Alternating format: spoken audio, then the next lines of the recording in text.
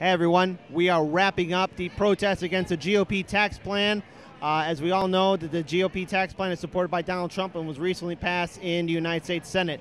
Today I'm joined here with one of the organizers for this protest. Can you please introduce yourself to our viewers and subscribers? Hi, my name is Maya, and I am a leader with the People's Lobby and Reclaim Chicago. Now, we've asked a couple of organizers of this event, essentially, what is the main purpose of this protest?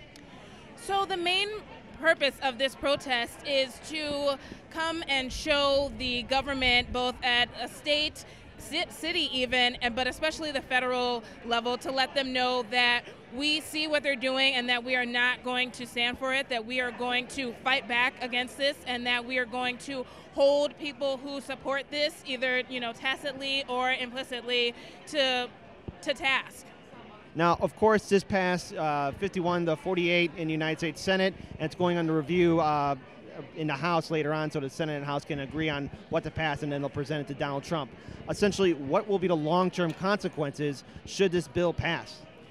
I mean, there are so many long-term consequences of this. The fact that people like myself and my partner will have to pay higher taxes. Currently, my partner is someone who's making less than $30,000 a year. The amount of taxes that they're going to have to pay because of this bill is astronomical. I'm making more than $30,000, but less than $75,000, which in the decade that this will take for this whole bill to go through would be, again, more taxes than I'm able to pay. It'll affect health care and the type of mental health services that I'm receiving right now, that my partner is receiving, that so many people that we know and love and care about are getting. It's definitely going to affect the most vulnerable of us, which are people of color, poor people, it's the working class. So the effects are wide-ranging and extremely harmful. It's going to affect the elderly. It's going to affect the disabled, people who are relying on government assistance to help them, people who have done the work, who have worked for years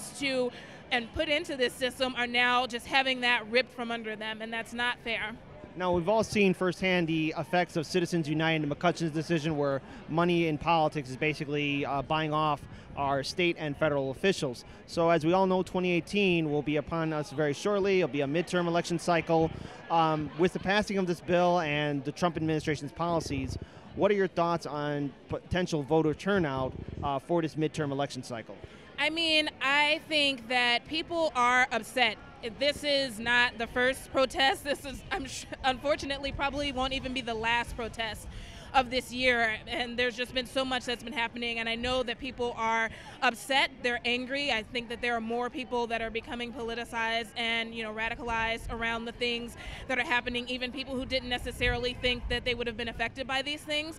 And so I think that in 2018 we are going to see more people coming out. We are definitely working on doing some down ballot work so that we are able to have people who are in place who are going to do things for us, not only on the federal level, but also on the state level and at the city level, where it affects people, most closely, by things that are happening right away. But I think that people are tired, and they're going to stand up and fight back against this. Now, there are, of course, everyone will say that the Republicans are bought and sold by Wall Street and corporations, but establishment Democrats are also affected by these same large 1% corporations and banks, as well as the other large corporate entities that are out there. So essentially, what are your initial thoughts on the Democratic establishment and their potential outreach towards voters, especially if some of them are connected to Wall Street, the banks, and the corporations? I think that you're absolutely correct, that there are Democrats who are just as wrong and doing things that are just as damaging as the Republicans by being party to big corporate interests. And I think that they should know that we see them, we know who they are, and that we are working to vote them out. We saw it with some of the elections that happened just last month, and we know that there's more of that. There are people that are tired of this and that are going to work tirelessly to not be bought by corporations and to do the work for the people who make up the majority of us here in the United States, and that's not corporations, who are not people at all, or the 1%. And final question, for our viewers and subscribers, where they can learn more about the two organizations that you're a part of, where can they find them on social media?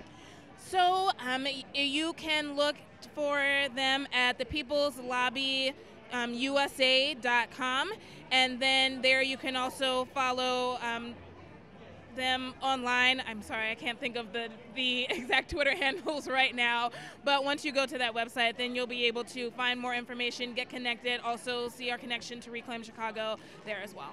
All right, thank you so much for joining Hard Lens Media. Peace, everyone, and let's all do what we can to build a better future.